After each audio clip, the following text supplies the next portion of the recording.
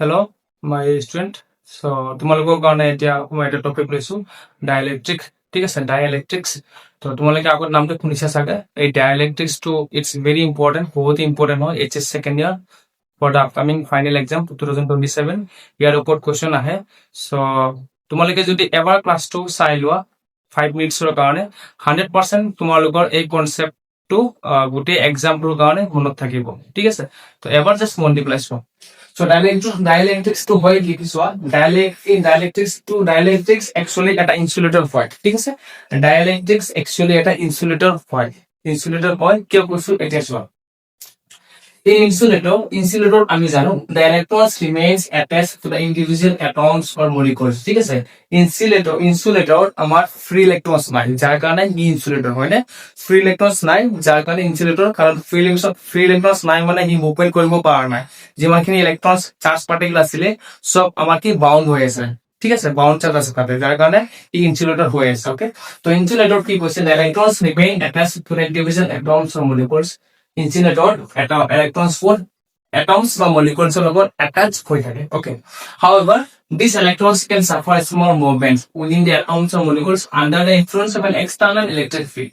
কিন্তু সেই molecules বা atoms কি কৈছে, electrons can suffer however সেই electrons বোৰ যোনবোৰ electrons আমাৰ atoms বা molecule লগত attached হৈ আছে সেইবোৰ electrons কি হ'ব, সাফাৰ কৰিব পাৰে। সাফাৰ মানে মুভমেন্ট, স্মল মুভমেন্ট কৰিব পাৰে।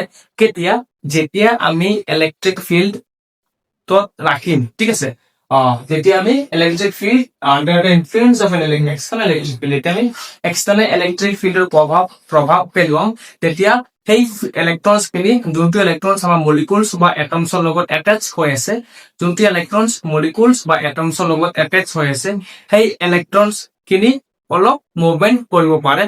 কেতিয়া, যেতিয়া এক্সটাৰ্নেল ইলেক্ট্ৰিক ফিল্ড অলপ আমি এক্সটাৰ্নেল ইলেক্ট্ৰিক ফিল্ডৰ প্ৰভাৱ অকমান পেলোৱা। ঠিক আছে, ওকে, বুজি পাইছা। So মই আকৌ কৈছো, however these electrons can suffer। এই ইলেক্ট্ৰনছ বোৰে, কোনবোৰ ইলেক্ট্ৰনছ, যোনবোৰ ইলেক্ট্ৰনছ আমাৰ এটমছ বা মলিকুলছৰ লগত এটাচ হৈ আছে, সেই ইলেক্ট্ৰনছ বোৰ আমাৰ স্মল মুভমেন্ট সাফাৰ কৰিব পাৰে। কেতিয়া সাফাৰ কৰিব পাৰে, এটমছ বা মলিকুলছৰ under the influence of external electric field. External electric field দিয়াৰ লগে লগে সেই ইলেক্ট্ৰনছ বোৰ এটমছৰ বা মলিকুলছৰ ইলেক্ট্ৰনছ বোৰ স্মল মুভমেন্ট কৰিব পাৰে, সাফাৰ কৰিব পাৰে ইলেক্ট্ৰিক ফিল্ড দিয়াৰ লগে লগে। এইখিনি ক্লিয়াৰ হৈছে, সেইটো হৈছে মেইন আমাৰ concept. So the net effect of this microscopic movements give rise to some important electric properties to such matter। এই যে নেট যোনটো আমি যাৰ এফেক্ট পাম, সেই মাইক্ৰোস্কোপিক মুভমেন্ট মানে ভেৰি স্মল মুভমেন্ট। মাইক্ৰোস্কোপিক মুভমেন্ট মানে কি স্যাৰ, ভেৰি স্মল মুভমেন্ট, বেছি ডাঙৰ মুভমেন্ট নহয়, ভেৰি স্মল মুভমেন্ট। ডাঙৰ মুভমেন্ট যদি বেছি হৈ যায় তেনেহলে ই কন্ডাক্টৰ বনি যাব, হয়নে। ইনসুলেটৰ মানে sir very small movement which we cannot see within from our naked eye। আমি আমাৰ নিজৰ চকুৰে আমি বা মানে এইটো আমি দেখা পাব নোৱাৰো, মানে বহুত স্মল মুভমেন্টটো বহুত সৰু, যাৰ কাৰণে আমাৰ কাৰেণ্ট ফ্লো হ'ব নোৱাৰে তাত। ঠিক আছে, তো স্মল মুভমেন্টের কারণে কি হ'ব, the net effect of this microscopic movements give rise to some important electric properties। Small মুভমেন্টের কারণে কেইবাটা প্রপার্টিজ, ইলেক্ট্রিক প্রপার্টিজ আমাৰ উৎপন্ন কৰে। ঠিক আছে, ওকে। তো প্ৰপাৰ্টিজ বোৰ কি হৈছে, in view of this electrical properties insulator are both dielectrics। ঠিক আছে, এই প্রপার্টিজ বোৰ ৰাখি পেলাই চাই পেলাই আমি ইনসুলেটৰৰ কাম কি কওঁ, ডাইলেক্ট্ৰিক্স বুলি কৈছো। ওকে, সেই প্ৰপাৰ্টিজ বোৰ চাই পেলাই আমি ইনসুলেটৰৰ কি কৈছো, ডাইলেক্ট্ৰিক্স বুলি কৈছো। Is it clear?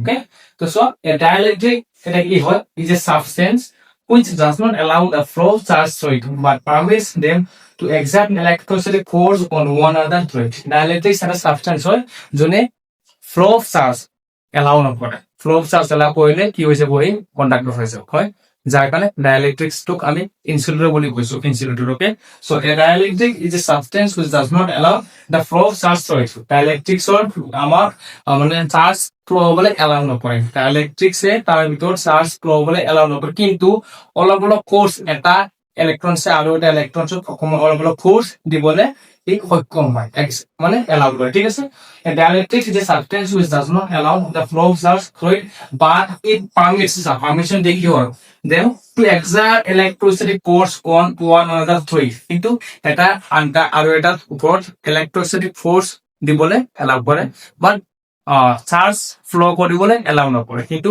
চাৰ্জৰ কাৰণে ফ'ৰ্চটো ইফেক্টটো পৰে, সেইটো আকৌ এলাউ কৰে ডাইলেক্ট্ৰিক্সে। Okay, so' a dielectric is essentially an insulator.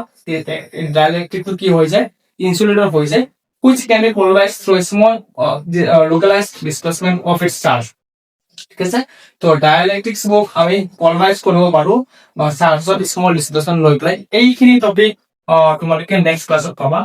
তো stay connected for the next classes with physics classes by Dibyajyoti Sarkar. তো নেক্সট ক্লাছত এইখিনি পাবা। তো ফিজিক্স দিব্যজ্যোতি সৰকাৰ ফিজিক্স ক্লাছেছটো তোমালোকে ছাবস্ক্ৰাইব কৰি ৰাখিবা, বেল আইকনটো বেল নটিফিকেশ্যনটো প্ৰেছ কৰি ৰাখিবা।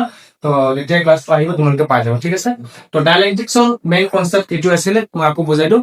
এটা এটমছ বা এটা মলিকুলছ, ঠিক আছে, তাৰ ইলেক্ট্ৰনছ খিনি এটেচ কৰি থাকে ক'ত, ইন ইনচুলেটৰ। ঠিক আছে, বাট যদি আমি স্মল মুভমেন্ট সৰু সৰু মুভমেন্ট কৰাও, তেতিয়া কৰাও যেতিয়া ইলেক্ট্ৰিক ফিল্ডিং স্মল মুভমেন্ট হ'ব সেই ইলেক্ট্ৰনছ বা মলিকুলছৰ স্মল মুভমেন্ট হোৱা কাৰণে কিছুমান ইলেক্ট্ৰিক প্ৰপাৰ্টিজ পাম।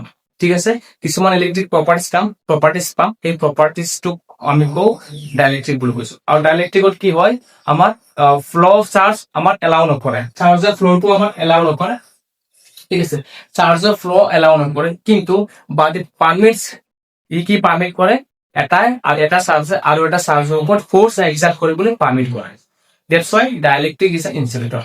আই হোপ ইট ইজ ক্লিয়াৰ না? ওকে, চ' আজিৰ কাৰণে ডাইলেক্ট্ৰিক্স ইমানে আছিলে। তো thank you so' much for ৱাচিং this videos. Stay connected with physics classes by Dibyajyoti Sarkar, কাৰণ তোমালোকে কমপ্লিট কোৰ্চ ইয়াতে পাবা, আৰু তোমালোকে মেইন ইম্পৰ্টেণ্টটো কি হয়, নোটছখিনি এক্সামত লিখিব পাৰিবা। Okay, bye bye.